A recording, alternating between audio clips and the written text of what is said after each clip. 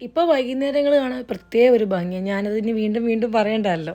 എൻ്റെ ഇസുവിൻ്റെ ഒരു ഹായ് നിങ്ങൾ സ്വീകരിച്ചെന്ന് വിചാരിക്കുന്നു. ഇന്ന് കരോൾ നമ്മുടെ വീട്ടിൽ വരുമ്പോൾ ലഡു കൊടുക്കുന്നുണ്ട്. അപ്പോൾ അതൊക്കെ ഞാൻ ഒന്ന് അറേഞ്ച് ചെയ്ത് വെച്ചു. അജിയും ചാച്ചനും ഒക്കെ വന്നായിരുന്നു. എല്ലാവരും കൂടെ വർത്തമാനം പറഞ്ഞിരിക്കുക. അപ്പോഴത്തേക്ക് കരോളിങ്ങി എത്തി.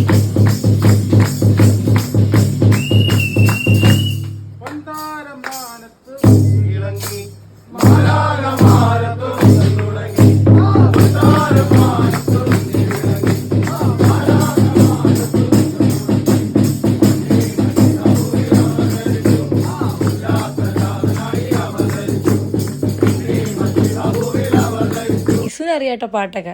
ഇസു ഇങ്ങനെ തളത്തിൽ പാടുമായിരുന്നു. അത് കഴിഞ്ഞ് നമ്മളെല്ലാവർക്കും ലഡു ഒക്കെ കൊടുത്തു. ഇന്നത്തെ ഇവിടുത്തെ പപ്പായായിട്ട് വന്നത് നമ്മുടെ പാപ്പി തന്നെ ആയിരുന്നു. ഞങ്ങളാരും അറിഞ്ഞില്ല, ഞെട്ടിപ്പോയി.